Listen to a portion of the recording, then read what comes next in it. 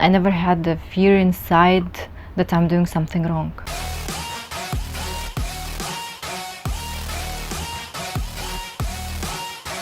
My original name Yuliana, Yuliana Grasman, full name. I was born in Russia, so the beginning it was always there. It just was always with me. I think this is where the color, I start liking the color, because it was like not colorful out of all, and it was just totally different from everything else.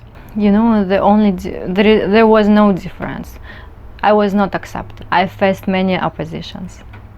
I was not accepted as a girl in male fields. In Kazakhstan, I remember my first race. It was drag racing with the Volkswagen Golf 92 model. Yeah, that was good time. And that days we didn't have any tracks, we didn't have any parkings to practice to go, but the passion was there. So we were trying to do it a legal way, but still care about people and safety on the road. This is very important was to us.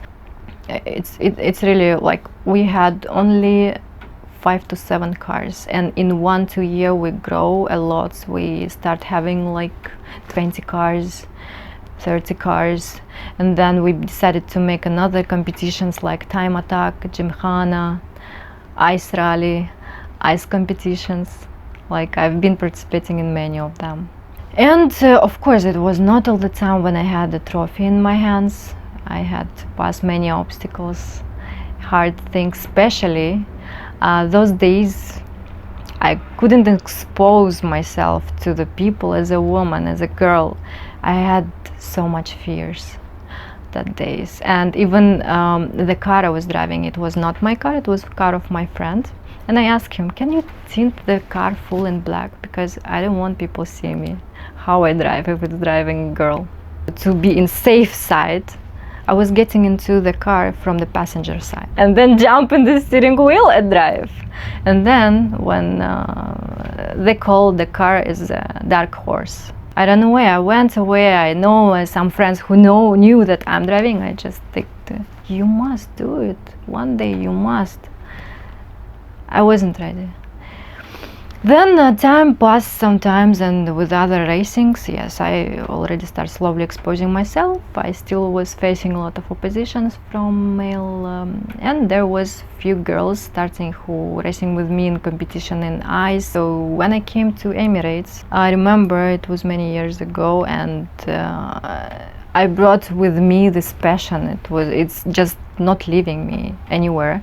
I was trying to stop. I didn't know anyone. I didn't know even how to communicate with people because my English was so poor. I started researching in Google any community just to enter, because I was having a mission inside me, just a mission. I cannot tell what is the mission because I still even don't know, but I always feel it inside me. That was what was drives me, what was giving me a push to do, the motivating me, right?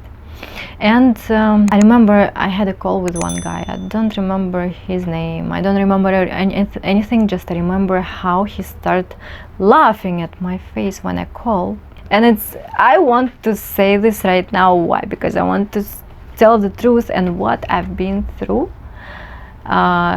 Alhamdulillah, we can say nowadays girls are accepted, and I feel that I did big impact into that. It was my first time when I was driving with Hilux. Hilux, it was my first car when I started driving in the desert. The desert experience with me, it was crazy. I can express it as like 3D. When I reached to the desert, I tried it. I remember when the first stop, I go up the dune and I needed to go down. I just stop. I like, what? How? These new feelings I don't even know, so I fought it. I found a support as well, slowly from people when I started doing that. Like car communities was not accepting me that much, but racing was really there by my side to support me, because I think it's because more serious. I remember even the mud cross festival, it called, when I wanted to run away from the first place. What's happened there? It was Like I came and it was most males, guys there, so many cool cars and different setups. And I came with my Nissan. I stopped the car and I like, I'm participating, yes. And I won the first place. So what's happened to me? I was so mad. I was so mad because some people stopped me like, Juliana, you have to come back because you took a first place. I said, you know what, leave me alone, because if you're giving me a place because only I am a girl, I'm not part of it.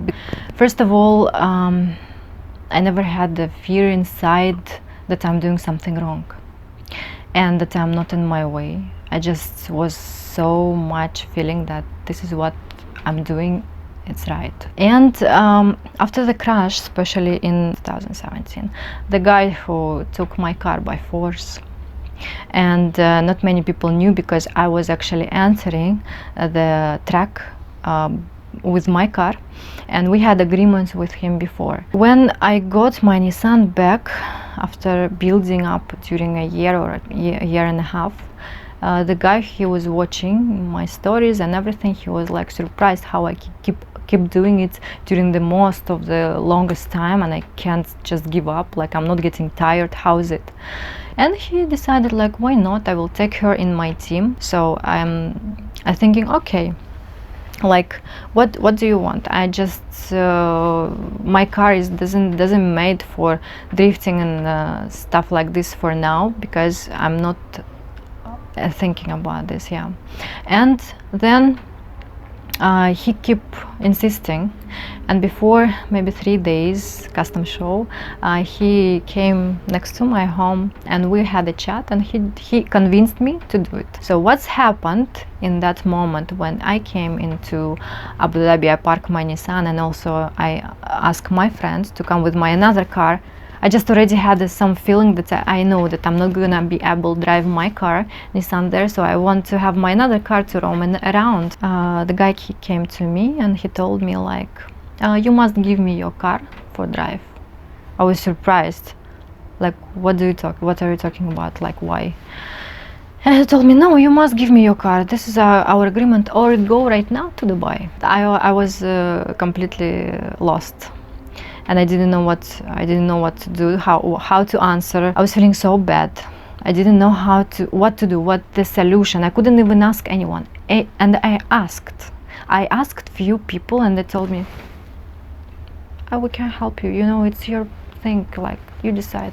I talked to him and I told him, listen, I'm gonna drive my car, and we can have one deal only. What do you want from my car? Why you want to drive it? He said, because I have many cars and I must drive because I invite you here and you must be in my team, so I will be driving all of these cars, including yours.